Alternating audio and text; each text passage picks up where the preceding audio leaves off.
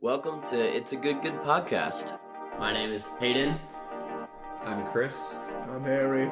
and we're just a bunch of guys having talks about theology, the Bible, and God. And basically, our whole goal is just to be accessible to anyone, that you don't need a theology seminary degree, Right. to be able to talk about God. We want to make it easy and I simple. definitely don't have any of those degrees. Yeah.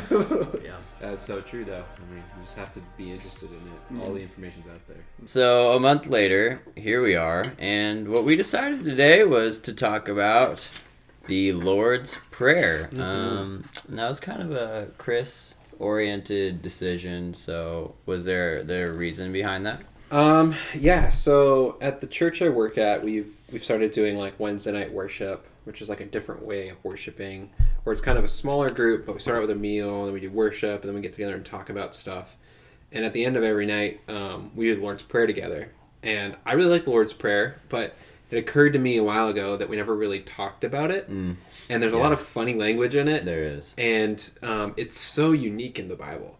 So I wanted to spend time talking about it with them and just really impress on these people that, hey, we're saying Jesus' prayer. Like, this is his prayer. Yeah. This is a really big deal that we understand what we're saying.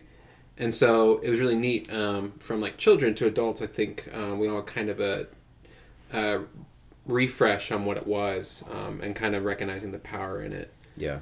Not that you always need to pray exactly those words. That's not what Jesus says. He says pray like this. He doesn't even do that. No. But just that there's a lot of power in the words he does give us. It's funny that, like, with all the liturgy that's out there, this is something that, like, I have memorized just because I heard it a million times when I was a kid. Like, it is just like one of those pieces that's grounded into my brain.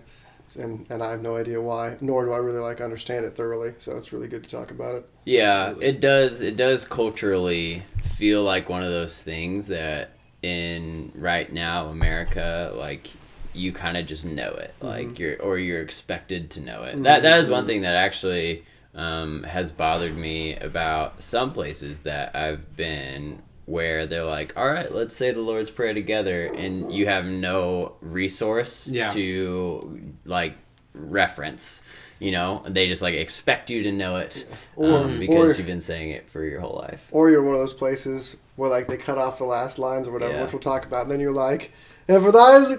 Or like you use the wrong version. Yeah. Exactly. Debts or trespasses or whatever. Yeah. I mess it up every single Wednesday night. Me too. I think I grew up saying trespasses. Me too. And then they always say debts, and I'm like, crap. Yeah. So yeah, the Lord's Prayer, if you're listening to this podcast, you're probably familiar with it, just because it is one of those things that even if you, like, didn't grow up in the church for whatever reason, it has shot itself out into popular culture, and people just kind of know it. So I agree, because of that, especially if you go to a place where you say it on a weekly basis, or if you've made it part of your prayer routine, it's super important to know why do we say this, and how can it be meaningful, if it can be meaningful, and worth saying. Yeah, like, why do we do it? What was Jesus doing? It's there. It's just right there. Keep going. Sorry. Why do we have this? Why do we say it? And what's behind it? So. And I feel like we'll dive in. We'll dive in super deep into this. Yeah. Because I didn't realize, not like controversial, but just like so much is packed into not just like the words of the two Lord's Prayers, but also just like the thought behind it and all that good stuff. Yeah. But we should also talk about just like practically how this applies to our daily lives when you say it. Because, like, I know me and Hayden, we listened to the Bible podcast episode where Tim's like, you should just say it. Like, you should just say it every single day, and, like, you should say it in, like, different atmospheres, and you should say it when you're in different places. And, like, when you say it in different circumstances, you're like, oh, holy crap, like, I'm super thankful for my daily bread, you know? I'm super thankful for this and that. Just it is a very practical prayer. It's a very well thought out prayer. Yeah, I agree. So, yeah, I mean, let's probably start just by reading it. And there are two different references for where this comes up. So wait, let's talk about that. Yeah. Controversy alert. Yeah. Wait, there's two of them, and are they the same? They're not. No, they're not the same. So I should throw it out the window, right? Yeah. Justin. Yeah. The Bible has different versions of the same thing. Yeah. So that Yeah. super important Lord's Prayer that I memorized growing up, there's Sure. actually two versions of it, and they're a little bit different. Yeah, which is actually funny too, because it's like when you pray like this, says Jesus, and then Matthew and Luke have it recorded differently. Like that's pretty funny to me. Just like, did Luke think that the rest of it that he didn't include was not important, or why It's too bad it's not in Mark, because then we could just go, we're going to Mark. Yeah. But that was obviously the OG Yeah. Lord's Prayer. Yeah. And I don't know. I agree that it's strange that they're different, and I think I'm at a place where I'm okay with the differences in the different Gospels, because if they wanted it to be uniform, they would have made it uniform. So I think we need to look at what's different and maybe like what the point of each of these Gospels is, and if it ties into that at all. Yeah. Well, I read that. And Hayden said it first when we actually listened to that, and I think Tim Mackey said it too, where it's like, I'm sure. Of course there's two different versions. It's like this dude taught every day of his 3-year ministry. Sure. So like if he said the same thing over and over, like it probably differed day to day. And I read that, the one in Matthew was likely spoken by Jesus early in his ministry in Galilee. Yeah. And then the one in Luke was probably a year or so later when he was in Judea. Oh, okay. So like, I don't know if it was just two different versions that were written down and then passed on, or if it was like Matthew was writing it down from someone who heard him when he was in Galilee, and then Luke was writing it down from someone who heard him when he was in Judea. But like, Sure. it was like it just like if I said this is what I believe and then spouted it out 7,000 times in the course of 3 years, like two of those are not going to be identical. Yeah. Right. Yeah, and it is worth noting that Matthew would have been there hearing Jesus say this. Yeah. Luke would probably be hearing this stuff secondhand. Somebody like Peter. Or something. Yeah, exactly. From Peter, or maybe even Matthew, but Yeah. probably not. You think Matthew would have just relayed it. But there are two different contexts.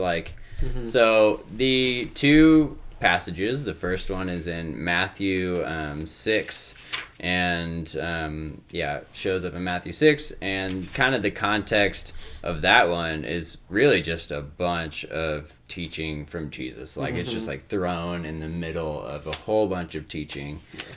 He's lecturing. Yeah, he's given a big old lecture. Well, it's the Sermon on the Mount, isn't it? Yeah, exactly. So, I mean, he's just talking about everything. And it's similar in Luke 6, but there is a little bit more context. Right before that, he was hanging out with Mary and Martha, and that was the whole Mary's at his feet thing, and Martha's working. And then it just jumps into this next part, and it says, "It happened while Jesus was praying at a certain place that he finished, and his disciples said to him, 'Lord, teach us to pray just as John also taught his disciples.' And he said to them, 'When you pray, say.'" So, yeah, the one, we also have this setup in Luke. We have the setup from the disciples where they're like, okay, John taught his people how to pray. Can you do the same for us? And then in Matthew, it's just like this and this and this and prayer and this and this and this. So I like it too, because like of all the things that are kind of not practical or it's hard to relate to in Jesus' teachings, I and probably many people have wondered like, oh, like I should pray, like that's something I should do, like I want to pray, I want to commune with the higher powers. Like, what do I say? Like, what do I do? Do I like sit and think? Do I close my eyes? Do I say some stuff? It's like I don't want to complain about myself, And so like this, I bet lots of people ask Jesus like, hey, I want to be able to pray and I want to do it the right way. Like, what should I say? He had a common response, like he had a packaged deal. So yeah, very practical.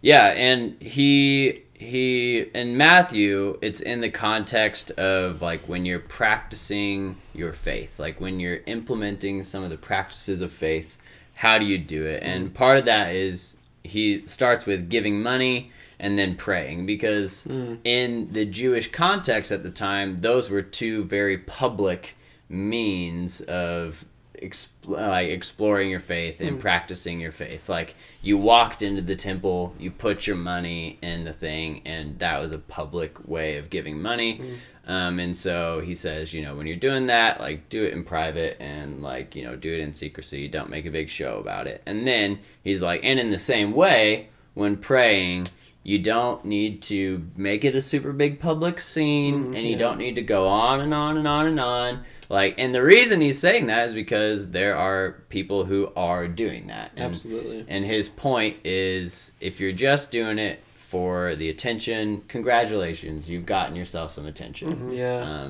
But if you actually want to pray to God and have more going on than just receiving attention, here's what I would say. There's some money lines in that paragraph before he goes into the Lord's Prayer where it's like, then your Father who sees what is done in secret will reward you. And then he says as well, like, your Father knows what you need before you ask him. So like those are very powerful statements. Like, those should not just be like glazed over because they're very important. Yeah. They're also very like revealing about who God is and what prayer means to him and you. Right.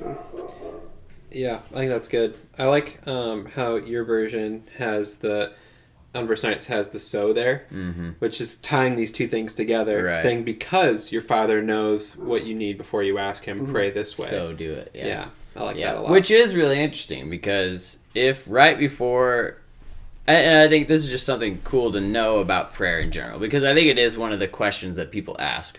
Why should I pray if God already knows what I think, what I need?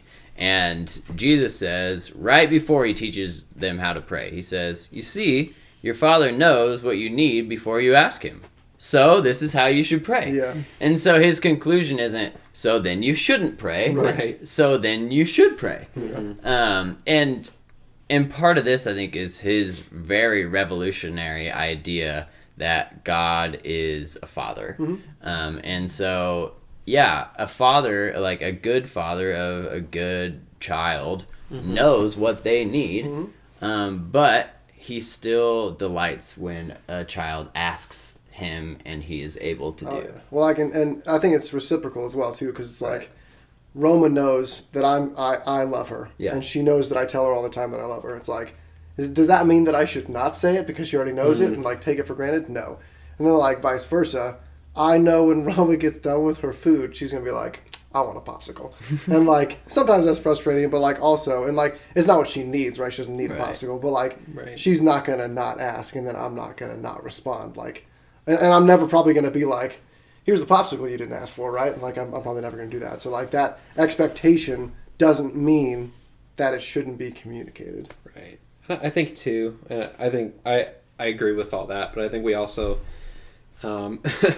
we don't pray just to receive things. Right? I think that's like a kind of a big paradigm shift that we need to understand. For sure. That this is a relationship between us and God, and like part of that relationship is communication. It's how we communicate with him. Yeah. It's not just to get our bread, but there's a whole lot to it.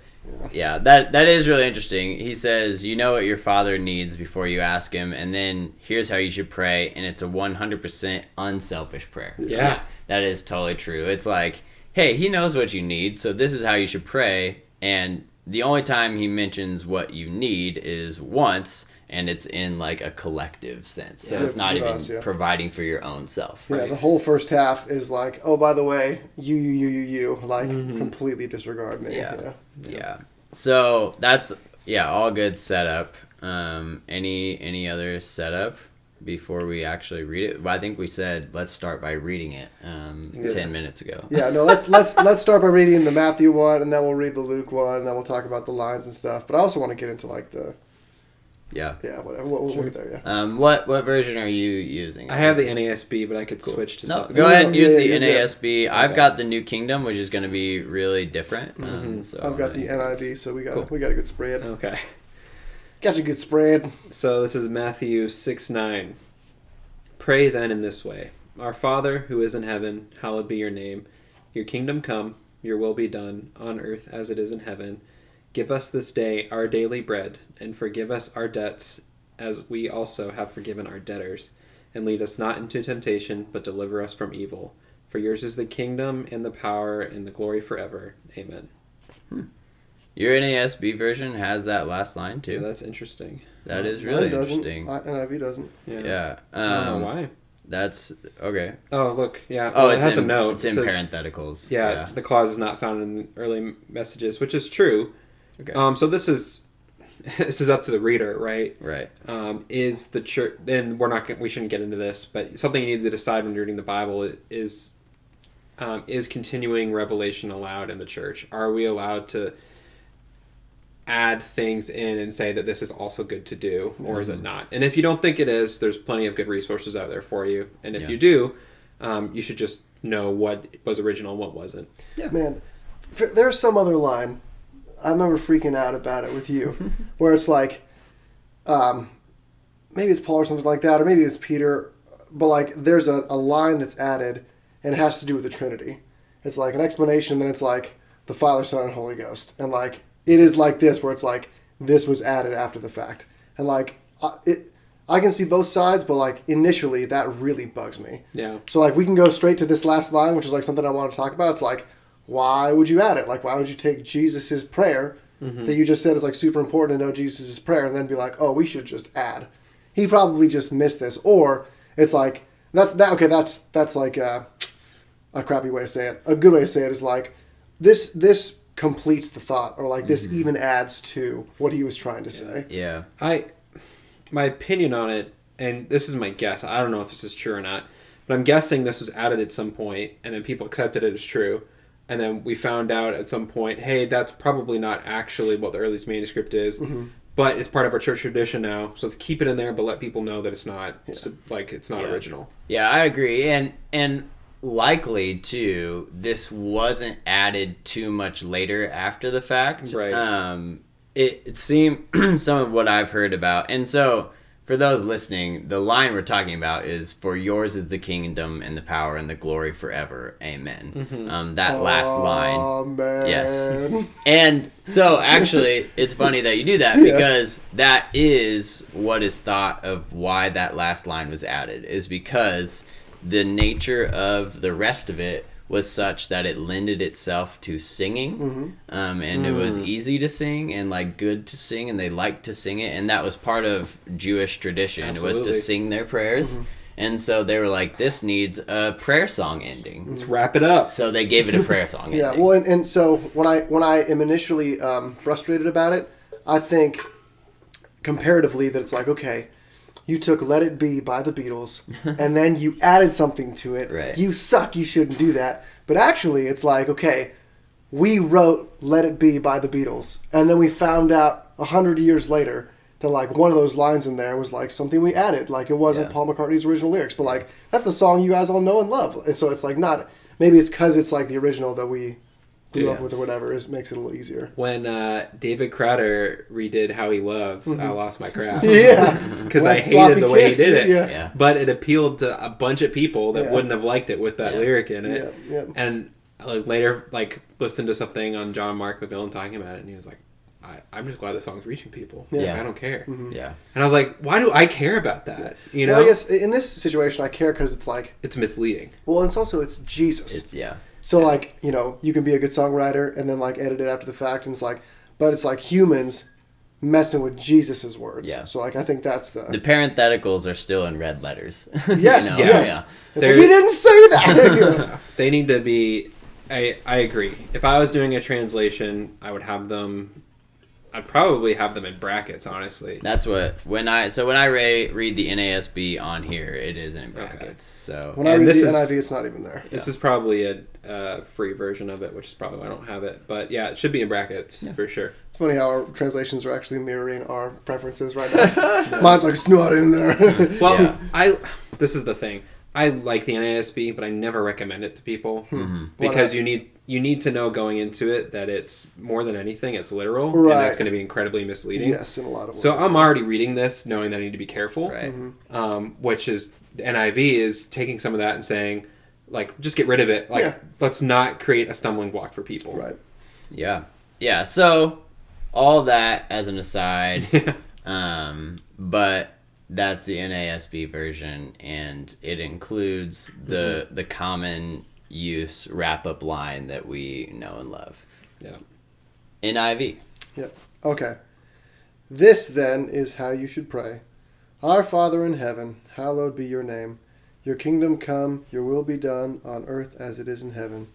Give us today our daily bread, and forgive us our debts, as we also have forgiven our debtors. And lead us not into temptation, but deliver us from the evil one. Yeah, there you go. Also very similar. Maybe the biggest difference was that they include the evil one rather than from evil at large. Deliver us from Satan. Yeah, which is interesting. Thoughts? Seems like half of the translators do evil one and half of them do evil. Yeah. Yeah. Out of that one doesn't really. Yeah, doesn't make too big a difference. The Kingdom New Testament, which is N.T. Wright's translation, and is his attempt to bring a little bit more modern way of speaking into it. Says it this way: "So this is how you should pray. Our Father in heaven, may your name be honored. May your kingdom come. May your will be done, as in heaven, so on earth. Give us today the bread we need now.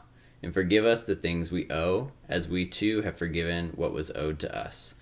Don't bring us into the great trial, but rescue us from evil." So he rephrases, he says some things differently, but I think his goal was to bring some fresh breath into the prayer. Well, and I think that so we're doing a good progression here because, like I said earlier, this is a really good prayer to just like say out loud or say in your head on a day-to-day basis. And you're not Jesus, I'm not Jesus, so I don't need to use his exact words. And like I paraphrase, and like I paraphrase in ways that like make sense to me. And I like that's probably a little bit more fancy paraphrasing than I would do. I'd probably say things like, "Forgive me for all the times I screwed up, as sometimes I forgive those who screwed up and made me angry." You know, like I think it's okay to change. You can't change it that much and like lose the heart of it. This is a very straightforward prayer. Yeah, right. Yeah, and we'll talk about the heart of it here soon for sure. Chris? Yeah, I really like the way he changes the first part, talking about God's name. I don't like the word hallowed. I've never liked that word. It just doesn't mean anything now. Sounds like, Halloween. Yeah, and it's really, it does. And that's what that same word, right? Yes. It is. And it just means like, let your name be holy. And so it's really about God's name, and it's about like, what his name should be to the world. So it's like basically praying that people would know the meaning of God's name, right? Which is, when I read this, that's not what it says. Hallowed be your name. It's like no one talks about that. When I read and when I say hallowed be thy name, I think like I am not worthy. Like that's what I think. Like I'm not worthy. Like you're prefacing your prayer. Yeah, like my Father in heaven, to whom I am unworthy.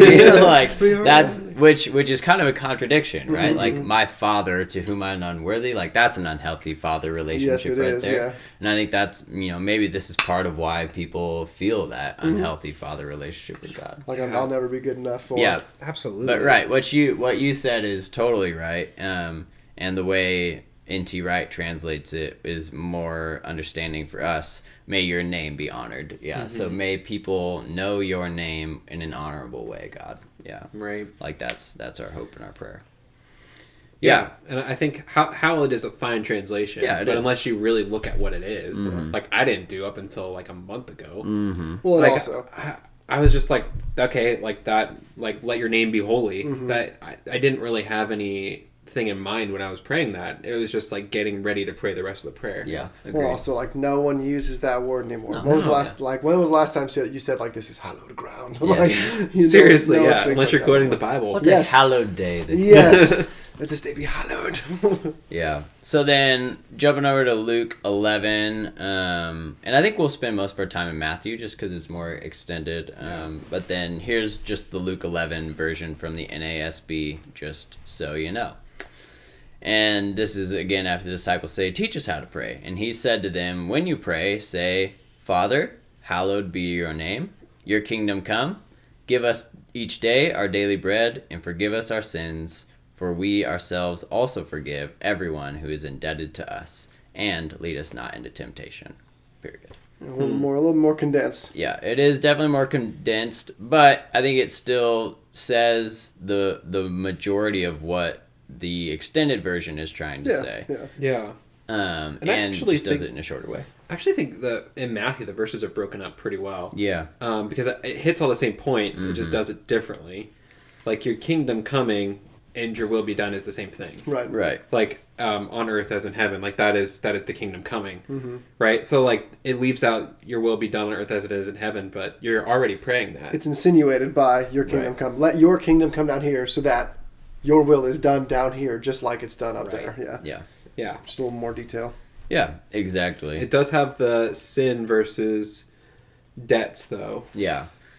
So that is a good point. I think all the ones that we've said so far are debts, but trespasses is a common. Yeah, I was looking at like King James too. Like I don't know where that comes from because it's not in that. But like debts, trespasses, and sins seem to all be kind of 1-to-1 here. I think the trespasses actually comes from the Luke, and like it was a modern interpretation at that time to kind of like take back the word sin, just because that's a weird Christian word that people don't usually use. But if someone, at that time when it was translated, if someone was like, "Oh, you've trespassed against me," that made more sense than "You've sinned against me." For me, I think debts is maybe the best translation, but we can get into that as we break it down. Yeah. Cool. So, line by line. Yeah, I mean we can go line by line. I do think again that it's important to put this in its context. Coming from Matthew again too, because like in the Luke, it's like straight up. It's kind of how do I pray? He's like, this is how you pray. This is how you do it. In Matthew, there is a whole lot of context because and so he's giving all these teachings from the Sermon on the Mount, and again, it's about how you should practice your faith and what are parts of the practices of faith, and I mean, I do think it's interesting and worth noting that. Jesus finds prayer to be an integral part of his rhythm of his life. And it's interesting because I think we all, or many of us do think, oh, well, prayer is not necessarily so much that God would do something, but more so that I would be, like my heart would be transformed to the will of God. Well, Jesus' heart was the will of God. Like, his heart was God. So if the point of prayer was to be in line with God, like, that seems a little out of line to me. I think Jesus, and in my opinion as well, I think Jesus would say, like, prayer is active. Like, it is taking active part. Like, just like you have the choice to go and give money to someone or go and help someone do something, you also have the choice to pray. And when you're doing that, you are participating in the kingdom as much as you are when you're doing something else active. Yeah, when you mentioned it earlier, and you were like, back in the day, it was like giving your money or praying, and like both of those were like pretty public ways of helping. And like it's not as public nowadays, but like I think about, we're like, oh, we're going to go to Haiti. And it's like, we need funds to go to Haiti, but we also need prayer warriors. We need your prayers. It's like the same kind of thing, you know? Yeah. Like we appreciate you giving funds so that we can do mission work, but then we need your prayers to do that mission work as well. Like they're almost like held in the equal esteem. Yeah. So it's kind of the same. And it's interesting too, like not necessarily looking at this prayer, but the prayer of Jesus in the garden, like praying that something would happen, like this will open up a can of worms on depending on what you think Jesus foreknew or what he didn't.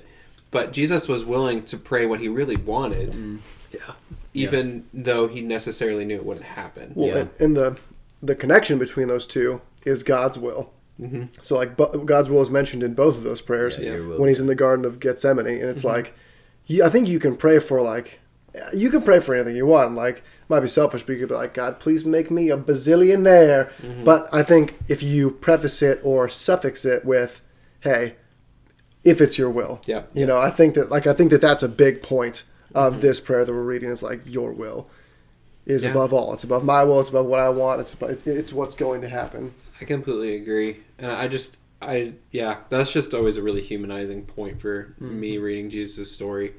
I mean, obviously, anytime Jesus is emotional is humanizing. Yeah. But like saying this, which is very good, but also seeing how Jesus prays, where he does pray for God's will, but he's also willing to open up himself to, praying for relief. And that's an okay thing to pray for. I feel like that prayer in Gethsemane too might be like maybe one of the only prayers we actually hear Jesus say. Because sometimes it's like he went off to pray.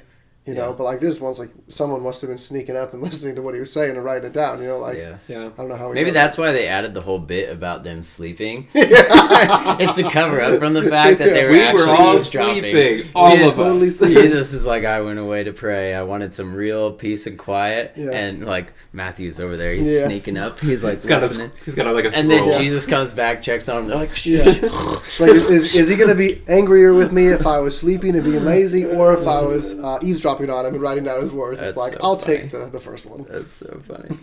I'm going with that just because it makes sense to me now. Now we know. But, okay, so let's get into it. And I first want to, we can get line by line. I first want to start by doing a more macro look at it. So let's like chop it in half. Yeah. Let's say we'll chop it in half. The first 5 lines, 5 lines we'll put in one half, and then the second 5 lines we'll put in another half. I like this is how my brain works. I like it. So the first 5 is Our Father in Heaven, may your name be honored, or I'll just use the normal version so people understand. Our Father in Heaven, hallowed be your name, your kingdom come, your will be done on earth as it is in heaven. So that's the first 5 lines, and they're all focused on who? Not me. No, on God. Yeah. God. And then the second half is give us today our daily bread, and forgive us our trespasses, or forgive us our sins or debts, as we've forgiven those who sinned against us. Lead us not into temptation, but deliver us from evil. In those 5, you hear one word over and over, which is us. The collective. Yes. So we have God, God, God, God, God, and then us, us, us, us, us, which is very eye-opening because, like, even in my most fervent prayers that like I felt really good about, I probably didn't spend the first half the most being like, God, you're the best, your will be done, you, and then I was probably like me instead of being like, I hope that you cure sickness in the whole world. I hope that fill in the blanks for the collective and us. That's a very selfless prayer that we're reading here. Yeah, I like that.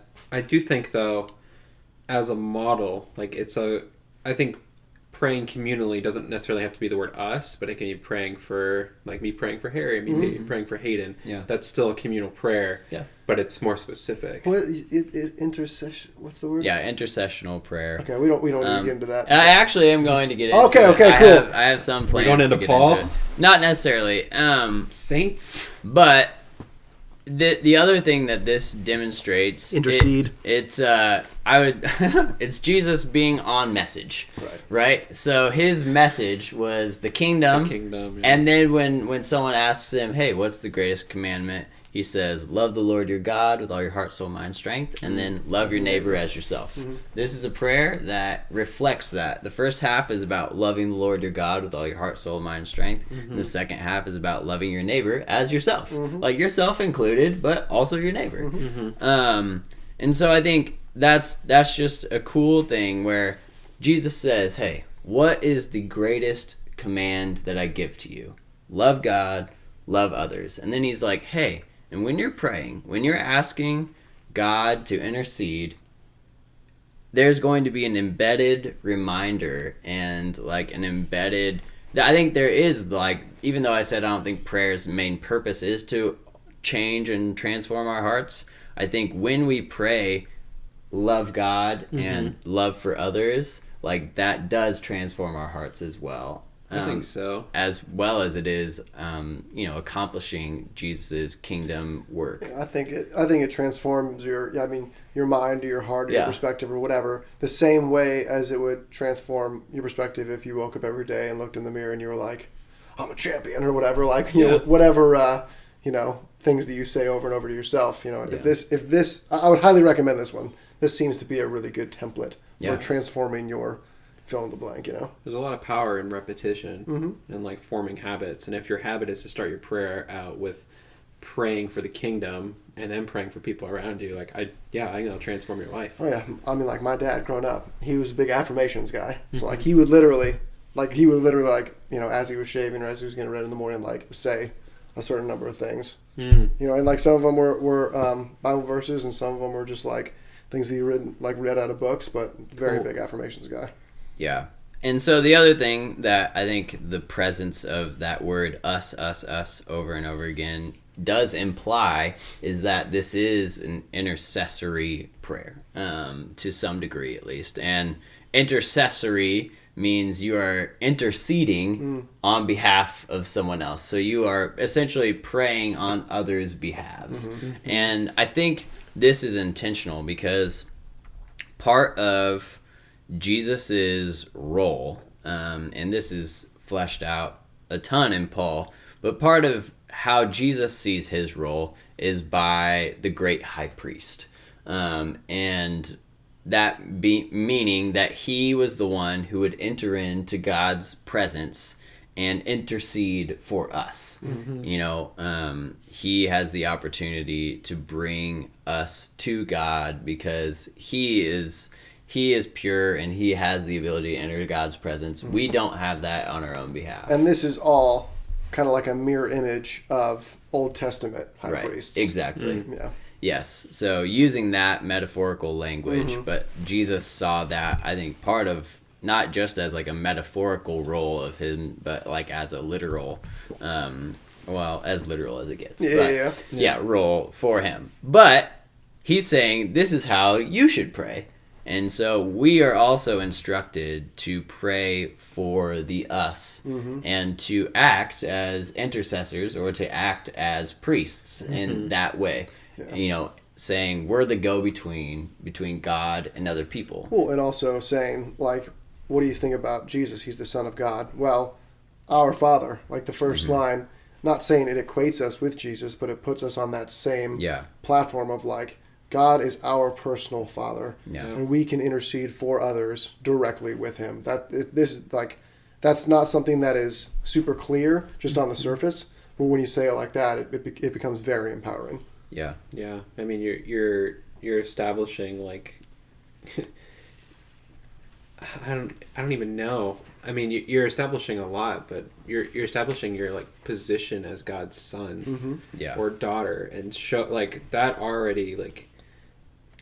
And it's affirming to God and what He's done for us, Jesus and what He's done for us, but it's also affirming to yourself. You're right. You're saying this is who I am, and like this is why I want the kingdom to be here, because I'm going to be a part of that kingdom, and like, yeah, it's super powerful. Yeah, exactly, and so I agree. I think part of what it means to be a Christian is to take on the identity of Christ, and Christ embedded in His identity was the fact that He was the Son and God was the Father.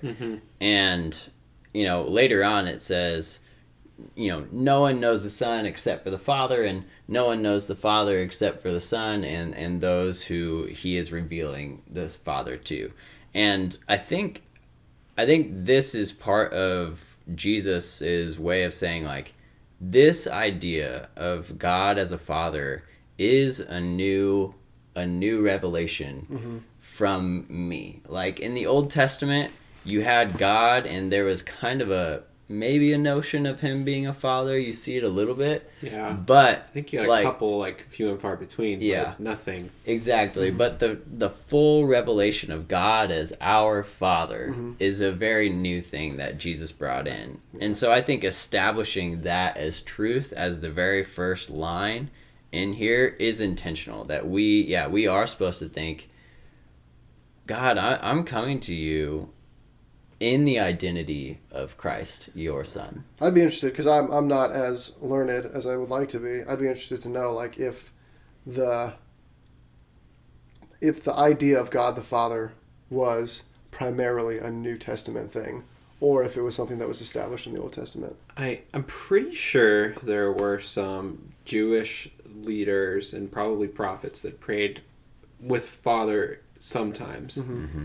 But I don't think it was common. And I think it was probably, to them, absurd how much Jesus was using it, to the point of he's making a new claim on who God is. And it wasn't personal. That's what I'm saying. Yeah, it was Israel's father. God is the father of Israel. Yeah. God is the father. It would almost seem blasphemous making it this personal.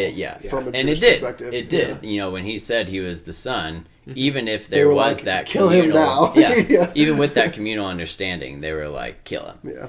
Yeah. So all of that to say, I think we are supposed to, when we're praying this, pray with, and this is something that I actually, when I think I was listening to a podcast and this kind of hit me, in that we are supposed to pray this as priestly role, like a priestly role.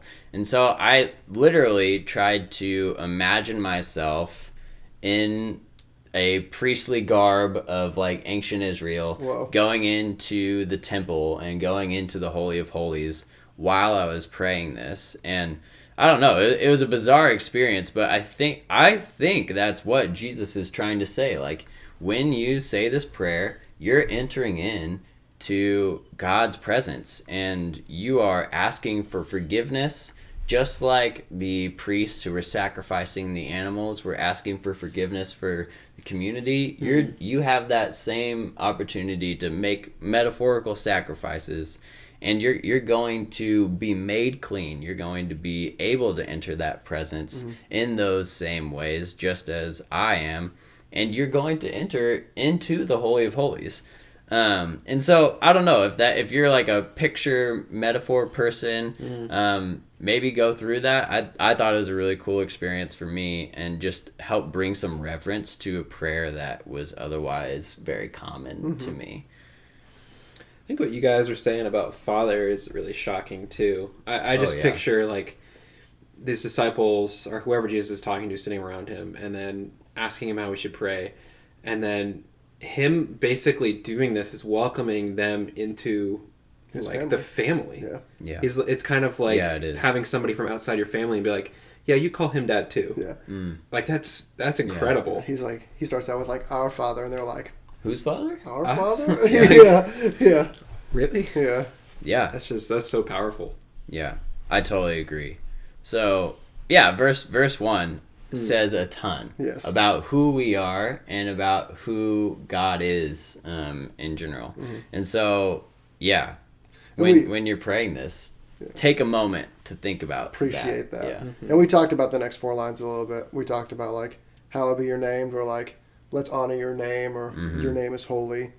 Your kingdom come, which that one's kind of an interesting one because you could take that metaphorically or you could take that literally. Where it's like, your kingdom come, it's like, let's create heaven on our earth right now. Which, like, I think, Hayden, you've said it a bunch of times, like, I think everyone, myself included, when they look at Christianity or religion from the outside looking in, they're like, oh yeah, like, you want to be a good person so that when you die, you go to heaven. Yeah. And, like, actually, this line and, like, a lot of the Bible says the opposite, where it's like, no. Like, we're going to bring heaven down to earth. You know, whether that's going to be metaphorically, we're going to treat each other well, we're going to love our neighbors, we're going to love God, and we're going to see what that looks like on earth, or whether it's like freaking heaven is going to come down, like there's going to be angels all over the place, or whatever that even looks like. New creation. Yeah. It's not about abandoning where we are and like entering into heaven. It's about being part of the kingdom coming here. Yeah. And like that's so explicit in the Bible, but unless you read it that way, like you're probably brought up believing, hey, like be good or like say the right things so that when you die you don't have to be here anymore. Yeah, you go somewhere else. You go it's crazy. Good place, heaven. Yeah. No, that is so societally mashed into my mind. It's really hard to get rid of. Yeah, exactly. I think it's super important, and it kind of gives us a missional attitude right away. Like, may your kingdom come, implying not my kingdom and not any other kingdom, you know. And let your will be done on earth as it is in heaven. Yeah. AKA, who's the head honcho of earth and heaven? It's not me. Yeah. It's God. Yeah, exactly. And so then it gets to the give us this day our daily bread. It's the second half. Yeah. Second half of the prayer. Second half. And again, yeah, the give us this day. I think even when we are saying this and we say us, like, we are still actually thinking me most of the time. Yeah. Like, or like your family. Yeah. Like as far as you go. Yeah. You're like, but give like us everyone in the whole world. Yeah. Give us this day. Like, give me my daily bread. Well, and the other thing too is, like, what does it mean, give us this day our daily bread? So I read that word daily is a very rare Greek word. Huh, interesting. It's like epithys, something like Yeah. that. Epiousis. Yep, that's what I was trying to say. Yeah. Looks like it is rare. I think you're correct. Everybody except the NLT says daily. Maybe they're thinking like the bread as it's needed. Oh, yeah. But Loudonato, which is a dictionary, says pertaining to recurring on a daily basis each day. I've always read this as kind of like a manna thing. Yeah. Yeah. Because Every manna day. went away after a day, right? Well, every day and then twice on Saturdays. Yeah. Yeah. No, I agree. There is a time and a story in the Bible when bread is provided daily. Yeah. And that would be during the Exodus story. Or whatever it was. Yep. It was food, but Yeah. I don't know if we talked about this before. This is important to know. Bread can a lot of times just mean in general food. Yeah. So like if you're saying give us this daily bread, if you're gluten free and hearing this, don't think you have to pray for bread. Yeah. It's just give us food. Well, I mean, if you listen to the Beach Boys, they would refer to money as bread as well, so That's it can true. mean a lot of different things. Yeah. But in this particular book, it seems to just mean a lot of the time it just refers to food. Yeah. Yeah, exactly. But part of the thing with the manna story was that you only collect as much as you need. Right. Yeah. And however much they collected, like, that was how much they ate and no more. Mm-hmm. If they went out and tried to collect more, it would, like, turn gross and get, like, nasty, and they It'd go couldn't eat bad. it. Yeah. So, like, part of this, I think, is a really prophetic statement to us right here and now. Yeah. Like, collect and take only what has been given to you, Yeah. and you don't need more than that. And hope that there is enough for hope that everyone gets what they need as well. Yeah, I would say like this is something I'm thinking about right now. If you're gonna pray this prayer and you're thinking, well, I got a full pantry, like I don't need to pray this.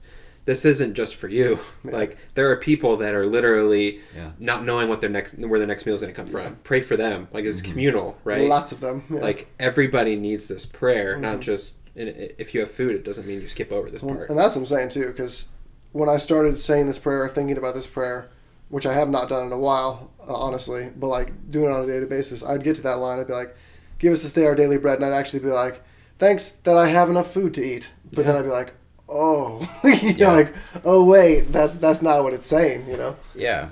I think being grateful for what you have is a good part if you have this. Mm-hmm. But also like taking time to pray for the people that don't have the bread is I think the second half of it. Mm-hmm. Or taking your bread and giving it to somebody else, Absolutely. Like if you mean this and you know somebody that needs food, Right. and you have more than you need, Yeah. like you should share it. Right. Yeah. But it's just if that's there implicitly, that's a big command. Right. Yeah, exactly. And again, the intercessory part, like once we take away this is about my prayer time with Jesus and turn it to this is me acting in a priestly role, that I think that totally changes what we think when we read that. And then we get to the next part, the forgive us our debts as we have also forgiven our debtors. So okay, here's something to go into. When I was listening to people talk about this, C.S. Lewis and N.T. Wright, and I will say now I think they conclude this rightly. What they really say is, and forgive us the things that we owe in the manner of which we also forgive those who owe us. And so they're using as, that word as, not to mean like necessarily, but in the same way. Yeah. And the reason I think this is correct is because the very next verses say that. So I'll go on. I'll just go on and conclude what I'm saying. So the Lord's Prayer ends in 6:13, and then in 6:14 it says yes. So he's clearly like addressing something that he just said. Like, yes, if you forgive people the wrong they have done, your heavenly Father will forgive you as well. But if you don't forgive people, neither will your heavenly Father forgive you what you have done wrong. So I think Jesus says this thing, and he gives this beautiful poem, and then he's like, now there's one part in there. Let me just clarify that you might have a question. You're probably hung up on what I just said. Yeah, and it's the... So, yeah, if he was just like, hey, forgive us what we owe, we know that you've forgiven us. Yeah. If that was what it was, I don't think that would be a big deal, and he wouldn't make that comment. Yeah. But I think really what he's saying is, forgive us what we owe to the degree that we forgive others, which is a way different thing to say. You know, though, I mean, this completely supports you, but this word, hos, is actually, it says it's a comparative particle. So it's taking what you said and making it equal to what's said after. Right. So that's exactly, in Greek, that's what it looks like it's saying. It is a one-to-one. But we use that as in a very... We have a lot of ways to use that. Well, I mean, you said it best. I could read this. Forgive us our debts, just like I or we have also forgiven our debtors. Right. Which is not what is being said. When I there's understood it. The prerequisite, too, this is past tense. Yeah. So this is saying we've already done this. Right. So you can't pray this if you haven't forgiven the people Right. that are indebted to you. Wait, I've never forgiven anybody. It's like, Yeah. wait, I'm never going to get forgiven. Like Jesus is saying, to pray this prayer, you need to be living the life as someone that's forgiven people that have wronged you. Exactly. And again, I think that's why that's part of when all this clicked for me was when I was doing that picture walkthrough, because part of the priestly role was all day to take sacrifices that someone else had given to you and kill it in the hope and the trust that God forgave that person based on this sacrifice. So when you're a priest, you are declaring forgiveness upon people all day long. Yeah. And so that's part of what we're supposed to do. And yeah, it's a radical claim. I'm getting, this is pretty off topic. Yeah. But I'm kind of gaining like a new perspective on Catholic priests. Yeah. Because that is what they do. That is what they do. They're like an extension of Judaic priests. Yeah. But they're doing it in a different way. Now, I don't interpret what Jesus is telling us here to mean that you have to be a priest to do this. Right. Or like a Catholic priest. Right. But I kind of get where that comes from now. Yeah. Well, yeah, exactly. I think he's extending the role of priestlyhood to everyone. To anyone who says this prayer. Man. But there are prerequisites. Though. Yeah. Not anybody can say this. No. Right. Which is huge. Yeah, and I think that's part of, again, this whole thing. If you get to this point and say, God, forgive me in the same manner that I've forgiven everyone else. And then you get to that point and you're like, I actually don't want you to forgive me in the same way that I've forgiven everyone else. Yeah. Then that's a moment where you stop praying and you take care of it. You know what I mean? Or I don't want to say like change the prayer, but you pray like, help me forgive the people that I'm having a really hard time forgiving. Yeah. Once again, like, give me the strength to do that. You can change this prayer, right? Like, give us this day our daily bread. I'm like, thank you for my full pantry. It's like, I should probably give that to some people who need some daily bread because I do want us to have daily bread, not just me. Yeah, and in this part, if you're struggling with forgiving somebody right now, like pray, like take a long time and say, God, change my heart. Let me see them the way you see them. Help me forgive them so that I can ask you to forgive me. Yeah, I gotta say, chapter 6, verses 15 is one of those verses that, like, if a new person was exploring the faith, came up to me and said this, like, it would suck, because this is one of those really hard truths that we don't want to hear. But if you don't forgive people, neither will your heavenly Father forgive you for what you've done. Like, no pastor is preaching that. Whoa! Hey, you know what sucks about this? This isn't just like Paul or Peter. No, this is Jesus. This is Jesus. You can't get around that. I'm saying every single pastor is like, oh yeah, everything you've done, it's wiped away. You're forgiven. It's like, not quite. But that is the negative to the previous positive, which is, yes, If you forgive the wrong that you have done, your heavenly Father will forgive you. And I think that is a truth that, I think some people respond to the positive, other people respond to the negative, and I think that's part of why he did this little duo here.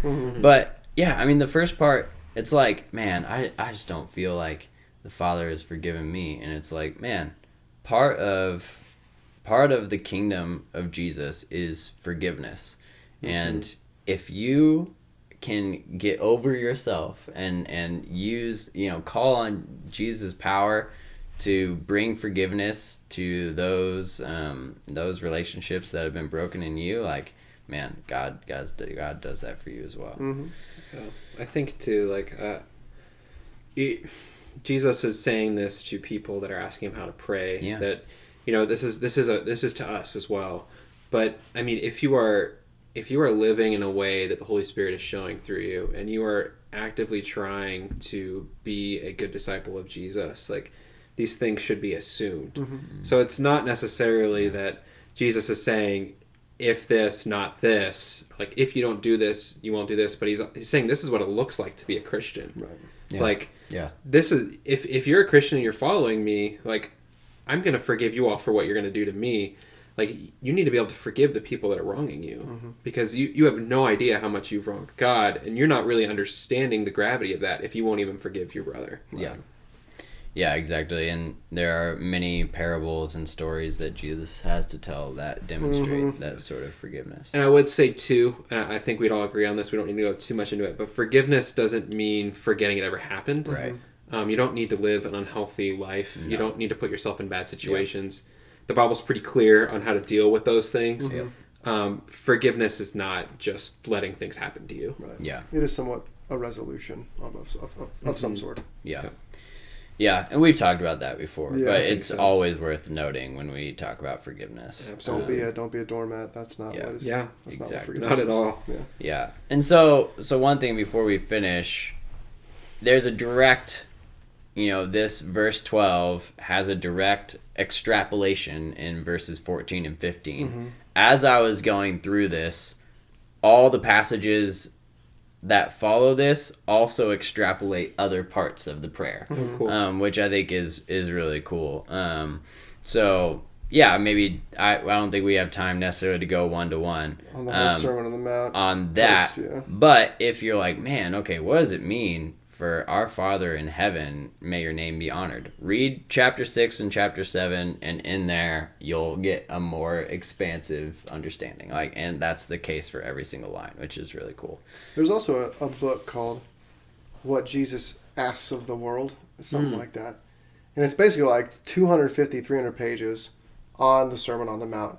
And it gets deep into that. Like, I feel like a microcosm of that message is the Lord's Prayer. And then an extrapolation of that is the Sermon on the Mount. And this takes it even like a layer, where it's like, let's talk about some really practical examples of every single one of these things, how you can do it day to day. I'd recommend that as well. I like that.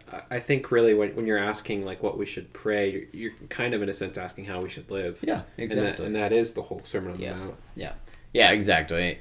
And that's why I do think that even though for the majority of my life I've kind of been hesitant or resistant to pray this literal prayer, I think it actually is fruitful when you know what it's talking about. Absolutely. And also maybe if you, I don't know, this happens to me more times than not. If you sit down, you don't know what to pray, for sure, go to this. Yeah. This seems to be a great place to start. Yeah, I really agree with that. And I think you can do this with anything in the Bible, but a really good practice would be to write out the Lord's Prayer and then to write it in your words right next to it. Yeah. And it'll make you think about what you're praying instead of just blasting through it. Yeah. But if you really think about those words, kind of like we've done today, it's gonna mean a lot more to you than just repeating what's in the Bible. Yeah. So then we finish off with verse 13, which is the lead us not into temptation, but deliver us from evil.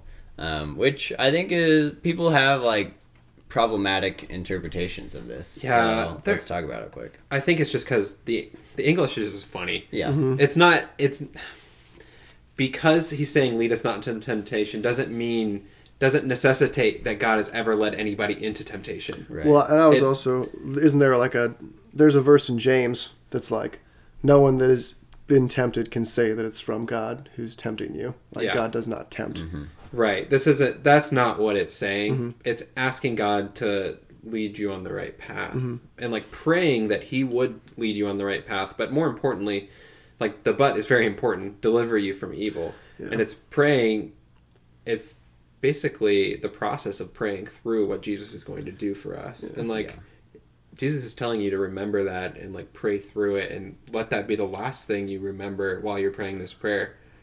Because that's like what, I mean, it's what the kingdom is about, right? Mm-hmm. Yeah, I think we are supposed to read this last line forward to his prayer at Gethsemane. I think that prayer sheds so much light on this last line that's really lost without that. It does too, and I have a little hyperlink or whatever that says like the Greek for temptation can also mean testing. You have trial, and like it is kind of, Jesus knows what's going to happen to him, and he's like, let your will be done. Please don't make me go through this. And like just the same way, we can be like, hey, your will be done on earth as it is in heaven. Please don't make me go through some kind of huge test that's going to like wreck me. I really would prefer that not to happen. Please deliver me from Satan or evil or whatever you want to call it. Your will be done though. Like that's once again, the prefix or the suffix to that. I think also too that the very fact that you're praying this is again changing your mind and your makeup. Mm-hmm. If you are actively praying that God keep you out of temptation, you're going to be a lot more aware of what brings you in temptation. For sure. You're gonna see something that you might normally like go to and be like, no, like this is temptation. I need to be running away from that. Don't let me into that. Yeah. Which Yeah, and again, so during that whole 5-minute conversation, I was just becoming aware of how all of us were again just like pointing our fingers at ourselves when we were saying this. Mm-hmm. And so another helpful picture thing that I've started employing with this prayer lately is to, and it goes along with the intercessory thing, is to pretend that I'm looking out of someone else's eyes, someone else that I love, or just someone else that I see, and saying this prayer and thinking, what would that person be wanting if they were saying me instead of us? Like, give us today our daily bread and forgive us the things we owe. If I sit there and I think about someone who I deeply know that has a broken relationship, and I'm like, God, forgive us our debts as we forgive those who have, yes, you've also forgiven those, forgiven us, whatever. But yeah, if I'm sitting there and like looking through their eyes and I'm like, man, what would I desperately want forgiveness for in that person's life? Mm-hmm. Like praying that. And then, like for this other one, I for whatever reason, the first thing that comes to my mind is like someone who's actively struggling with addiction. Like, God, please don't bring me into a moment where I have to come face to face with the thing I'm addicted to. Yeah. Mm-hmm. Like, and also deliver me from this addiction. Mm-hmm. Like, and I don't have that. Obviously I have my own things, but I think that's another thing that, like, for whatever reason, that image and that particular situation, I think helps me understand this. Yeah, that's the first thing that comes to my mind when I read those two things. Yeah. I do think too, like bringing it back to us. Yeah. Like this is a global scale thing. You could definitely be praying for people that haven't ever met Christ. Yeah. Mm-hmm. And delivering them from evil could be delivering them into the arms of Jesus. Mm-hmm. Yeah. And like that could be what you're praying for as well.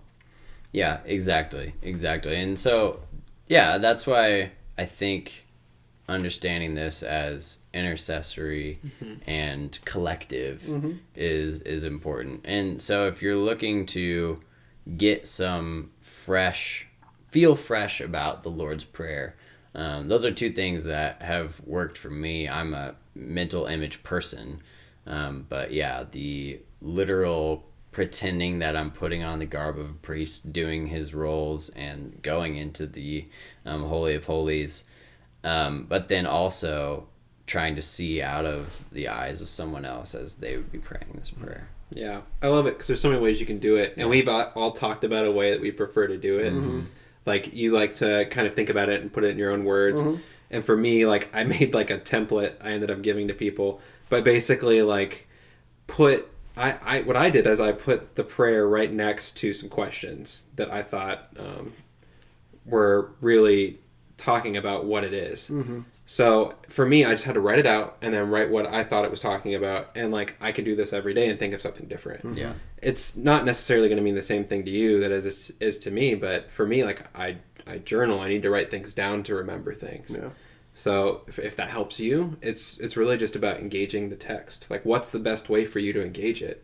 You know, and apply that. Like, do it. Don't just if just reading it is going to do it for you, then do that. But if you need to sit there and like Hayden was saying, like, imagine yourself as a priest, like physically doing these things and being in the Holy of Holies. Mm-hmm. If that's how you need to connect to God, just do it. Mm-hmm. If you need to write it out, do that. If you need to look at every single line and apply it to who you are, mm-hmm. and really think about those words, then that's also. If you have to, extrapolate it out, change the words, make it more practical, do that. Just don't lose the heart of, like we said, the two halves or the collective message or anything that we've been Absolutely hitting home. Shout out to Canyon Coffee Roasters for fueling every one of our conversations. If you are only listening, you don't see it, but we are drinking a cup of Canyon every time we talk together. Thanks to John Jones Project and Clink, who are making the music that you hear in the background. Thank you for making awesome stuff that we get to share with people that are listening to our podcast. And thank you guys for tuning in. And always feel free to let us know if you have questions or things you want to talk about. Yeah, or if you want to be on the show, we'd love to have you as well. All right, thanks. We'll see you next time.